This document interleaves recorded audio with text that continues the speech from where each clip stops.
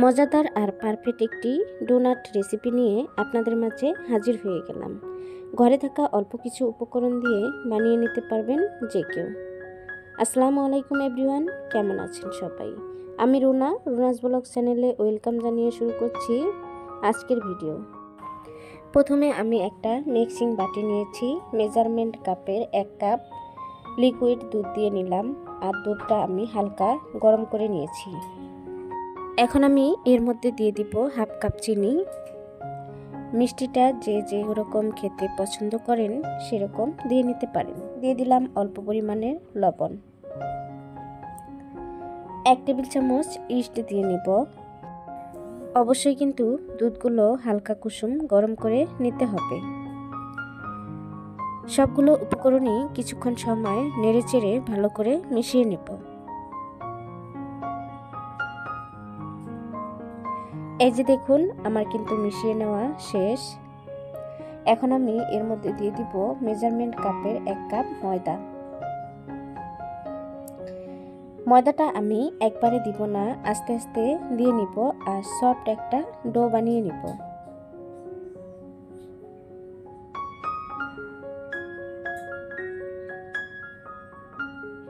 এই যে দেখুন, ময়দার পরিমাণ কিন্তু এখানে কম হয়েছে আর দুধের পরিমাণটা একটু বেশি হয়েছে, সেজন্য আমি এর মধ্যে আবারও কিন্তু ময়দা দিয়ে নিব।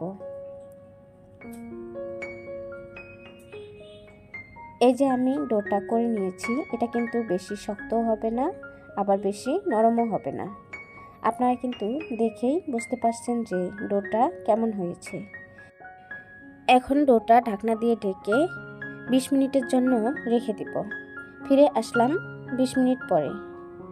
এই যে ঢাকনাটা সরিয়ে আপনাদের দেখাচ্ছি, দেখুন ফুলে কতটা ডাবল হয়েছে। ডোটা আবারও কিছুক্ষণ সময় ভালো করে মতে নিব, এতে করে অনেকটাই সফট আর পারফেক্ট হবে।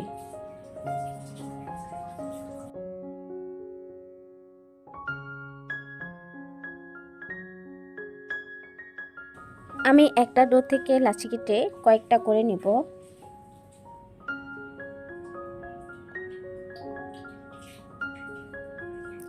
ইস্ট দেওয়ার কারণে কিন্তু ডোটা একটু আঠালো হয়। এই যে আমি এখন একটা মোটা করে রুটি বেলে নিব। এর জন্য আমি একটা ডো নিয়েছি আর অল্প পরিমাণের ময়দা দিয়ে নিয়েছি।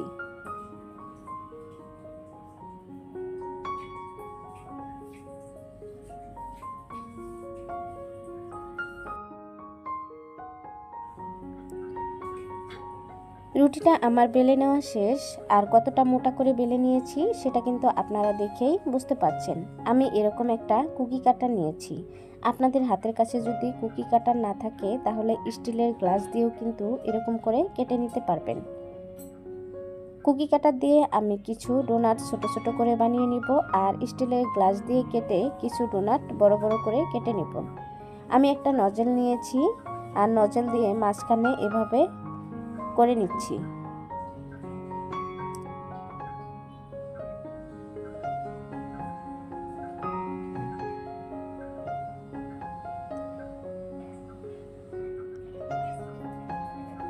একইভাবে আমি সবগুলো বানিয়ে নিয়েছি, এখন একটা প্লেটে তুলে নিচ্ছি।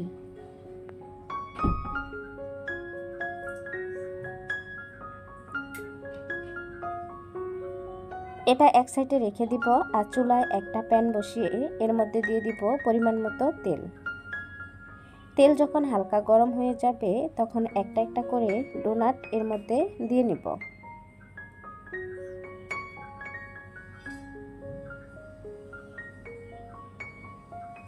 চুলার আঁচটা কিন্তু মিডিয়াম লোয়ের মাঝামাঝি রেখে এই নাস্তাগুলো ভেজে নিতে হবে, এতে করে অনেকটাই পারফেক্ট হবে।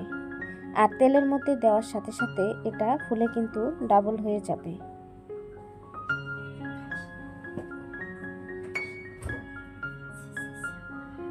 এক পাশে হয়ে গিয়েছে, আমি উল্টিয়ে দিয়ে আরেক পাশে ভেজে নিব।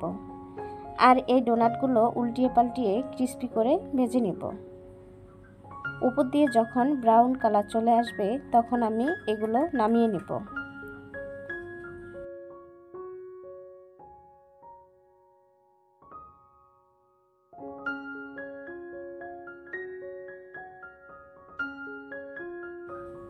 এই যে দেখুন ডোনাটগুলো কিন্তু ভেজে নেওয়া শেষ। এখন এগুলো তেল ঝরিয়ে তুলে নেব। অনেকটাই ফুলেছে, আপনারা দেখেই বুঝতে পাচ্ছেন। কিছু ডোনাট আমি ছোট ছোট করে বানিয়ে নিয়েছি, আবার কিছু ডোনাট বড় বড় করে বানিয়ে নিয়েছি। এই যে আমি তেল ঝরিয়ে তুলে নিচ্ছি। আমি দ্বিতীয় ব্যাচের ডোনাটগুলোও কিন্তু একইভাবে ভেজে নিয়েছি, সেটাও আমি তেল ঝরিয়ে তুলে নিচ্ছি। আমি যে বড় ডোনাটগুলো বানিয়ে নিয়েছিলাম সেটা এই যে তেলের মধ্যে দিয়ে নিয়েছি।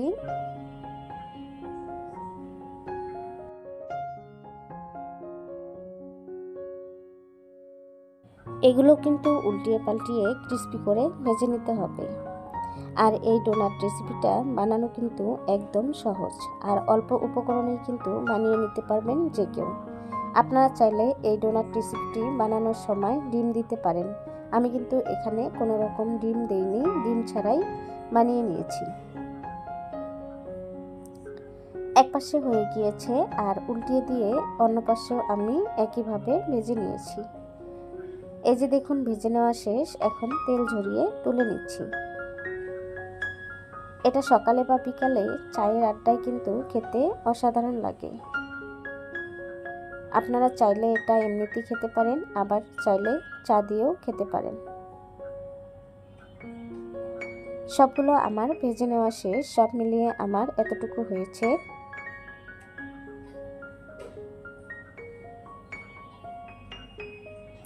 আজকের এই সহজ রেসিপিটি আপনাদের কাছে কেমন লেগেছে? রেসিপি ভালো লাগলে আমার চ্যানেলটি সাবস্ক্রাইব করে দিয়ে পাশে থাকা বেল আইকনটি অন করে রাখবেন। আমি যে কোনো সময় ভিডিও আপলোড করার সাথে সাথে আপনাদের কাছে নোটিফিকেশন চলে যাবে, আর সময় সুযোগ বুঝে ভিডিওটি দেখে নিতে পারবেন। আর যারা অলরেডি সাবস্ক্রাইব করে দিয়েছেন তাদেরকে অসংখ্য ধন্যবাদ। একটা আমি ভেঙে আপনাদের দেখাচ্ছি মাঝখানে কতটা পারফেক্ট হয়েছে। ভিডিওর এ পর্যন্ত এসেও যারা লাইক দিতে ভুলে গিয়েছেন, প্লিজ একটা লাইক দিয়ে দিবেন, আর কমেন্টের মাধ্যমে জানাবেন আমার এই সহজ ডোনাট রেসিপিটি আপনাদের কাছে কেমন লেগেছে। আজ এ পর্যন্ত, আবারও কথা হবে অন্য কোনো ভিডিওতে। এ পর্যন্ত ভালো থাকবেন। আল্লাহ হাফেজ।